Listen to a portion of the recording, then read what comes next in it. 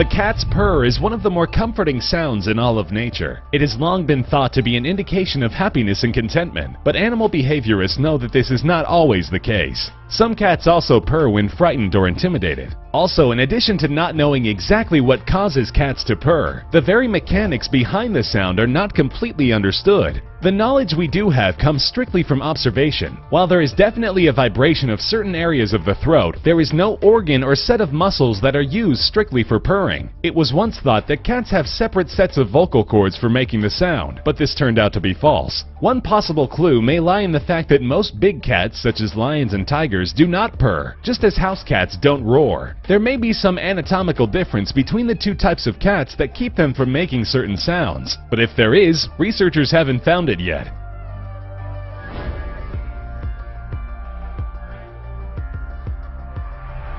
We've all experienced the disorienting sensation of being snapped back into wakefulness right as we're beginning to drift off to sleep. Usually this is accompanied by a sensation of falling, and sometimes mental images or brief dreams will also be a part of the experience. This phenomenon actually has a name. It's known as a hypnic jerk, which is not an ill-tempered hypnotist, but a sudden increase in muscle activity just as sleep is setting in. While sleep scientists know that this is what happens, it's the how and the why that they have so far been unable to pin down. It's speculated that in the transitional stage between wakefulness and sleep, there is sometimes a brief struggle between the systems in the brain that encourage slumber and those that cause you to stay awake.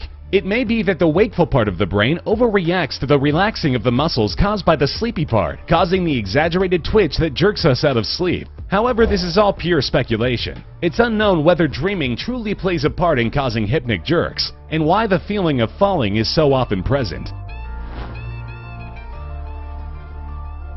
Ever since potential new medicines have been put through clinical trials, they've been measured against placebos, look-alike substances that have no effect whatsoever. Early medical professionals would use sugar pills, comparing the results with the real drug in order to make sure that the medicine was having the desired effect. Before long, physicians noticed that sometimes the placebo could work just as well as the actual medicine. Put simply, if patients were told that sugar pills would make them feel better, a certain number of them would actually feel better. As the years went on, cases were recorded in which some serious conditions such as Parkinson's disease were successfully treated with placebos. Medical science has yet to find an explanation for this effect. Amazingly, placebos can sometimes work even when the patients know that they're placebos. One study found that allowing the placebo effect to kick in over 4 treatments with a pain-killing gel, which was really only colored Vaseline, had some patients continuing to experience a pain-relieving effect, even after being told the gel was a placebo.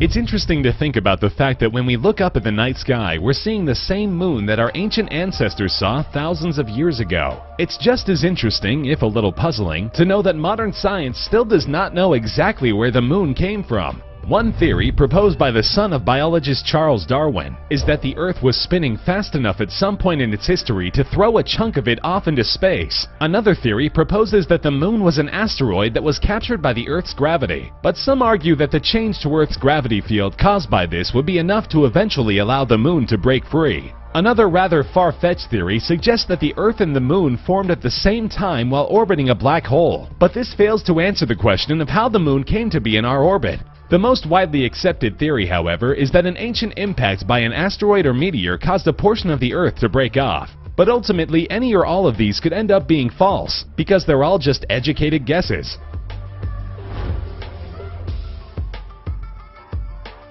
Menopause is a monumental life change for half of the population. It marks the end of a woman's childbearing years and comes with a host of physical and psychological issues that vary from woman to woman, but can range from mildly disruptive to very traumatic. Interestingly, humans are one of only 3 known species on the planet to go through this process, with the others being killer whales and short-finned pilot whales. There is no biological purpose for it, and researchers have tried for years to determine what, if any, purpose it serves in humans, from an evolutionary standpoint. Menopause occurs when the ovaries undergo a rapid decrease in function, stopping the production of eggs and resulting in the end of the menstrual cycle. At birth, the female human ovaries contain over 1 million eggs, releasing one every month. The hormones that cause this process, mainly estrogen, begin to dwindle after the age of 40, which is the beginning of the process leading to onset of menopause. But nobody has figured out why this natural reduction in hormones happens at all.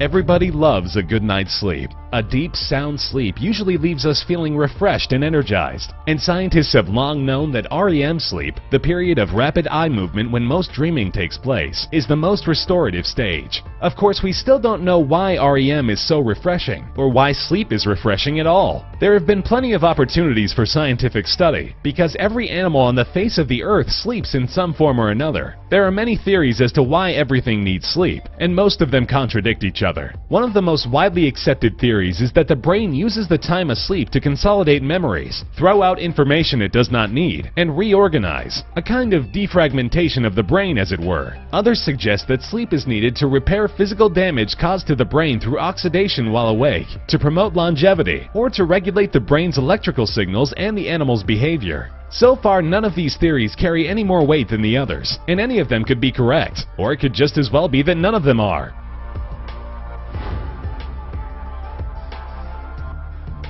When it comes to human beings, few mysteries have eluded science, religion, and philosophy like the mystery of human consciousness. Humans appear to be the only organisms on the planet capable of self-awareness, yet no discipline has been able to pinpoint what makes us different. However, it appears that at least the right questions are being asked. Aside from philosophical questions about the nature of self and the meaning of free will, some scientific studies have tried to address the questions of whether other animals experience consciousness and whether vegetative patients are capable of being conscious. When it comes to the nature of consciousness, the best guesses of science have to do with the electrical signals generated by the brain. Some researchers believe that some unknown master process integrates all of our sensory input in a unique way that makes us experience the world differently. One recent study even suggested, after detecting tiny vibrations inside the brain, that the human brain is actually a quantum computer. Science may one day give us a definitive answer, but so far the very quality that defines our humanity has yet to be explained.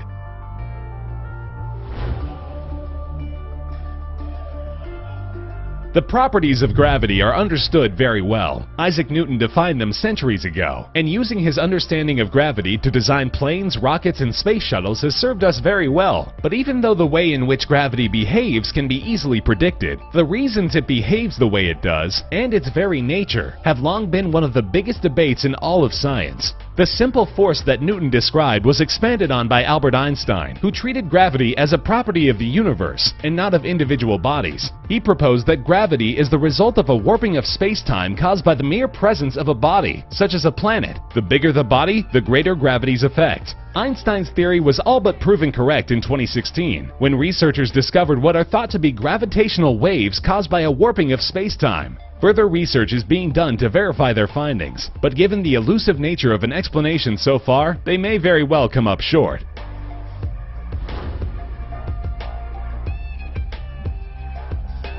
During the entire time biologists have been discovering and cataloging new species, over 1.3 million of them have become known to science. It's astounding to think that we share the Earth with such a variety of life. But those in the field of biology admit that this is just the tip of the iceberg. Every single year, an average of 15,000 new species are discovered. Many of these may be microscopic bacteria, or a previously unknown type of parasite that only lives inside another animal. Some may be native to areas that are only recently discovered, like unmapped rainforests or unexplored regions of the ocean floor. The best estimates of scientists are that as many as 7 million species are still waiting to be discovered. And of course, this could be wildly off the mark. With evolution continuing its slow march, we may never catch up. There may always be species that are unknown to us for as long as humans exist.